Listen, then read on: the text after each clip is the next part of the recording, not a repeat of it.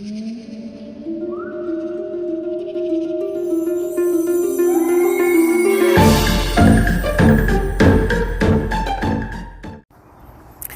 everybody, thanks for joining me today, and I wanted to introduce myself. Some of you know me, but my alter ego is the Killer Crafter, and what we're going to be doing today is customizing this Cabbage Patch doll from the 80s. Now there's so many of these around nowadays.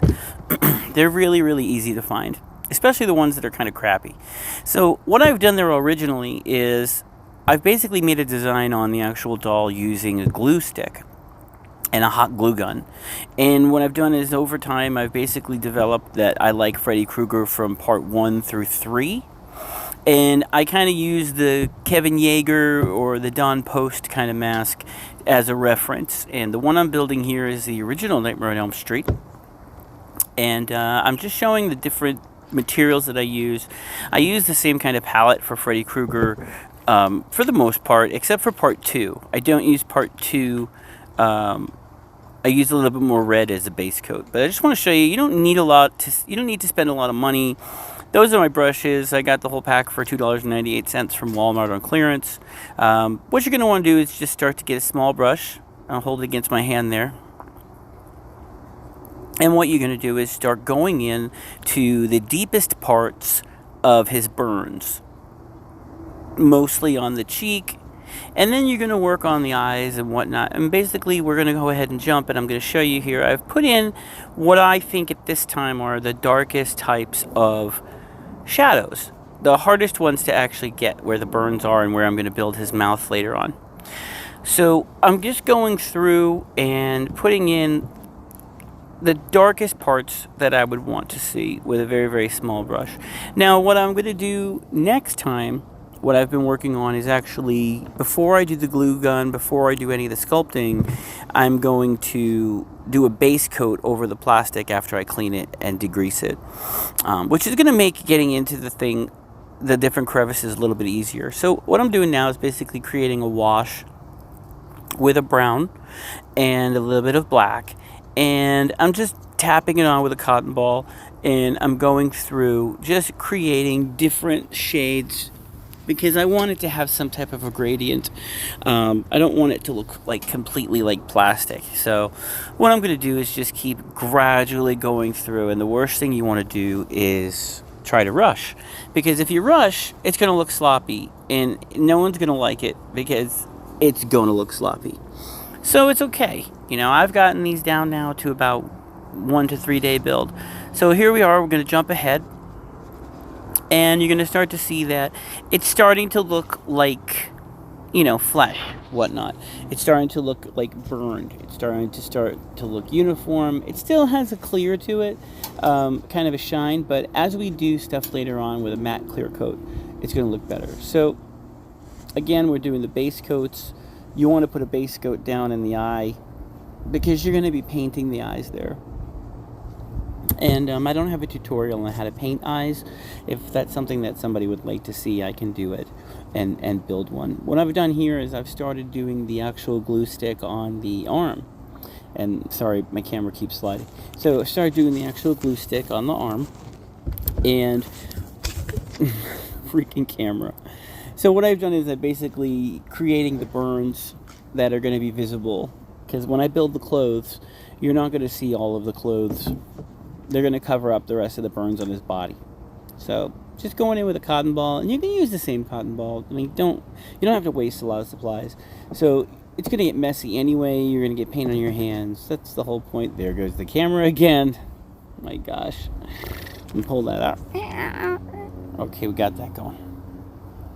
Okay, so don't be afraid to get dirty with it. You have to go ahead and just get in there. You're going to get paint on the clothes. You're going to get paint on the fabric.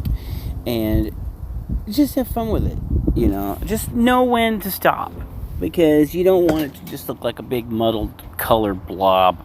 You want it to have some definition, and just keep at it. You want to just keep building layers, and then when we get to the final layer, you'll start to see how it really starts to just look like a total sculpture versus, glue. There's different techniques for the glue sticks. I try to use different types, different sizes, but I'll show you that another time. It's a video in itself.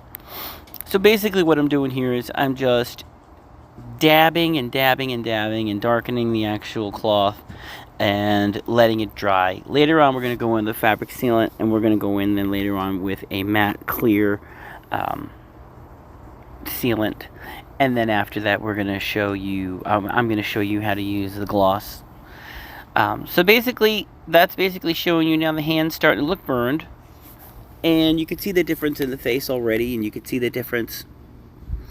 So let's jump ahead here and we'll be right back. So I started more of the painting process, and I started the eyes, and I want to talk a little bit about the eyes.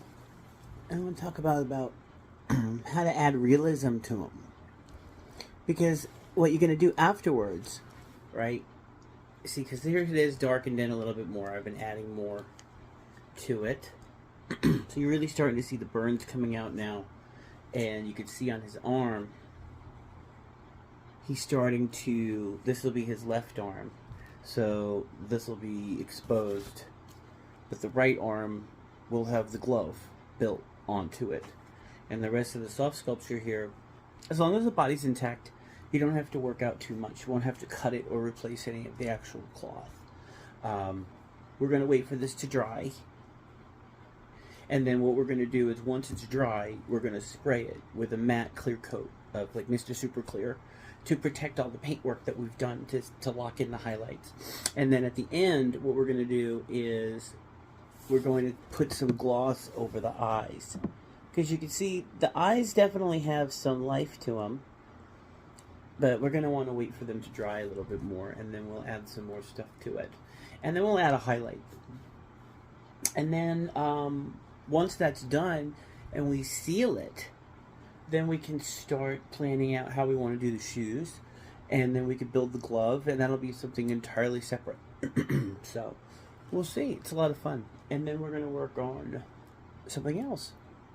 Try to make another Freddy. This one's going to be Freddy from part 1. And I'm really enjoying the technique. So I wanted to go ahead here and just talk a little bit about this. I've done a matte coat over the whole head, and I've done a fabric sealant on the arm, because you don't want it to peel off, you don't want the paint to flake off. And if you do a fabric sealant, you can get it at you can actually get it at Home Depot. I mean, a lot of people go to Michael's and stuff like that, but for the most part you could buy these things by Rust-Oleum. And let's jump ahead and see what we got. What I like to do next is take Freddy outside. So I try to take him outside in natural light, because I want to see how the paints look under natural light, you know. And for this one I was kind of going for a silicone kind of feel, but let's see how they look. So in natural light, I think it actually holds up really well. So that shows me that the shading is good and the eyes are on point. Let's check the burn. So the burn is a little bit bleached out, so the burn needs a little bit more. So what I'll do is I want to go ahead and clear coat this. So I'll show you what I use. So I just use Rust-Oleum's Ultra Clear Matte. It's basically the same as Mr. Super Clear, except it's a lot more cheaper.